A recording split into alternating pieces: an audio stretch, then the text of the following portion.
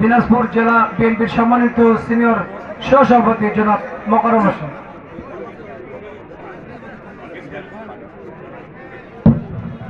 বিসমিল্লাহির রহমানির রহিম। Belbari gold cup football টুর্নামেন্টের আজকের এই ফাইনাল খেলার সম্মানিত সভাপতি আলহাজ আসগার আলী সরকার আমাদের মাঝে উপস্থিত আছেন আজকের এই খেলার সম্মানিত প্রধান অতিথি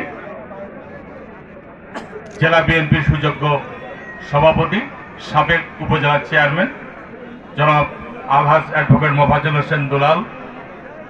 আমাদের মাঝে উপস্থিত আছেন জেলা বিএনপির সুযোগ্য সাংগঠনিক সম্পাদক জনাব আমিনুল মুন্না।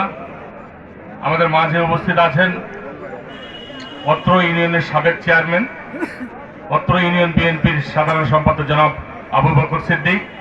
আমাদের মাঝে উপস্থিত আছেন আজকের এই খেলার প্রধান পৃষ্ঠপোষক জনাব রওশন রুবেল সহ জেলা বিএনপি নেতৃবৃন্দ, উপস্থিত দর্শকবৃন্দ, উপস্থিত দুইটি খেলা আজকে একটি খেলার যে দুইটি দল অংশগ্রহণ করছেন সেই খেলোয়াড়বৃন্দ, আসসালামু আলাইকুম।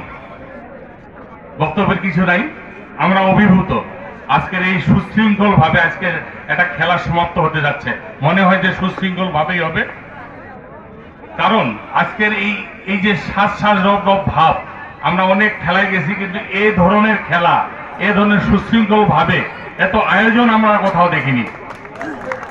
আমি আশা করব আপনারা দর্শক যারা আছেন সহযোগিতা করবেন, খেলোয়াড় ভাইরা আছেন সহযোগিতা করবেন, যাতে করে আমাদের এই অনুষ্ঠানটা আজকের এই খেলাটা সুশৃঙ্খলভাবে সম্পূর্ণ হয়।